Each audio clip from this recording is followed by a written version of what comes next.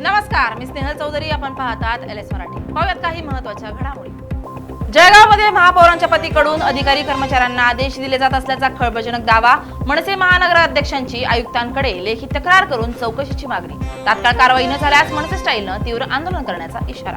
बच्चू कडू माझे खास मित्र, आम्ही सोबत राज्यमंत्री म्हणून काम केलं, त्यांनी शिवसेनेत प्रवेश केला, याचा आनंद, मित्राचं अभिनंदन. कृषी मंत्री दत्तात्रय भरणे यांच्याकडून बच्चू कडूंना शुभेच्छा.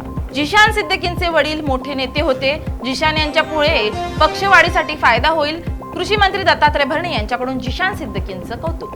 रायगडमध्ये 18 ग्रामपंचायतीच्या रिक्त जागांसाठी झालेल्या पोटनिवडणुकीचे निकाल हाती. महाडमध्ये 3 ग्रामपंचायतींवर शिवसेनेचा भगवा, कार्यकर्त्यांचा जल्लोष.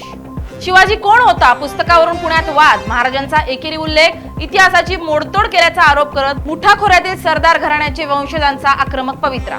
पुण्यातील राजगुरुनगर वाडा रोडवर बेशिस्त पार्किंगचा विळखा. रस्त्याच्या दुतर्फा होणाऱ्या बेशिस्त वाहन पार्किंगमुळे चालणंही कठीण, प्रवाशांमधून तीव्र संताप व्यक्त. अंमली पदार्थांच्या विरोधात गोंदियात गांजा तस्करी विरुद्ध पोलिसांची मोठी कारवाई. 2 किलो 70 ग्रॅम गांजा जप्त. कारवाईत 76,000 रुपयांचा मुद्देमाल हस्तगत. अमरावतीत सार्वजनिक ठिकाणी रस्त्याच्या कडेला दारू पिऊन धिंगाणा घालणाऱ्या तळीरामांविरुद्ध धडक कारवाई.